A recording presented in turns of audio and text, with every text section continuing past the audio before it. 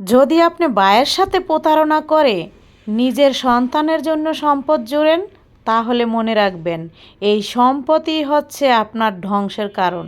কারণ ছেলে সন্তান কেউ আপনার সাথে যাবে না, ওই অন্ধকার কবরে একাই যেতে হবে। সৎ কজন থাকতে পারে? টাকা পয়সা এমন একটা জিনিস, এর লোভ সামাল দেওয়া খুব কঠিন, সবাই সেটা পারে না।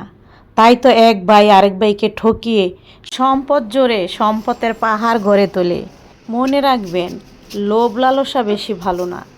কারণ ভাইয়ের হক এইখানে আছে কি না, ভাইকে ঠকাচ্ছে কি না, সেটা মাথায় রেখে ভাইকে আর যাই করুক কখনো তার হক মেরে খাওয়ার চিন্তা ভাবনা না করাটাই ভালো।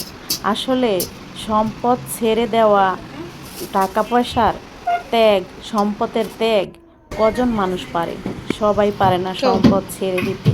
ভাইয়ের হক কখনো মেরে খাওয়া যাবে না। সম্মানিত দর্শক, আসসালামু আলাইকুম। আমি ফাতেমা বলছি নারায়ণগঞ্জ থেকে। সবাইকে ওয়েলকাম জানিয়ে শুরু করছি নতুন দিনে নতুন আরেকটি লাইফস্টাইল ব্লগ ভিডিও। আশা করছি সম্পূর্ণ ভিডিওটি শেষ পর্যন্ত দেখবেন। ইনশাআল্লাহ ভিডিওটি আপনাদের কাছে ভালো লাগবে। তো দেখুন, আপনাদের ভাইয়া তো বাজার আনলো, সেগুলোকে আমি গুছগাছ করে রাখলাম। দেশি মুরগি আনা হয়েছে, তো সেই মোরগকে কেটে নিতেছি। আর বডিটা তো অনেক হয়ে গেছে, সেটাকেও আমি একটু ধার করে আনলাম। লাউ দিয়ে দেশি মুরগি রান্না করব। তো এই তো লাউটাকে কেটে নিচ্ছি। আর সাথে লাউ মানে লাউয়ের শাক, আজকে দুইটাই নিয়ে আসছে, লাউ শাক আবার হচ্ছে লাউ। যাক ভালোই হবে, শাকটা তো আর রেখে দেওয়া যাবে না, তো শাকটাও আজকে রান্না করে ফেলবো। তবে দুই পদ একরকম হয়ে যাইতেছে বিষয়টা। চিংটা ভালো করে মেজে টেজে তারপর সেখানে শাকগুলোকে ধুয়ে নিচ্ছি। একদম গ্যাসে এত বিরক্ত করে, কি করব। চলে আসলাম বারান্দাতে। আজকে হচ্ছে পাকের রুমে আর কি, ওই যে লাইনটা, যেটা ইলেকট্রিক লাইন বোর্ড লাগানো হইতেছে যেন ওইখানে রান্না করা যায়। তো এখন আজকে এইখানে রান্না করব। ইদানিং কয়দিন ধরে এইখানে রান্না করতেছি, ওই যে আমার ভোটটা নষ্ট হয়ে গেছে যার কারণে।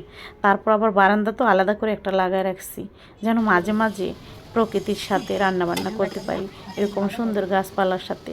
সেটি শেয়ার করব আপনাদের সাথে মাঝে মাঝে, তবে রেগুলার না। এত কিছু টানাটানি প্রত্যেক দিন ভালো লাগে না, এই জন্য আর কি।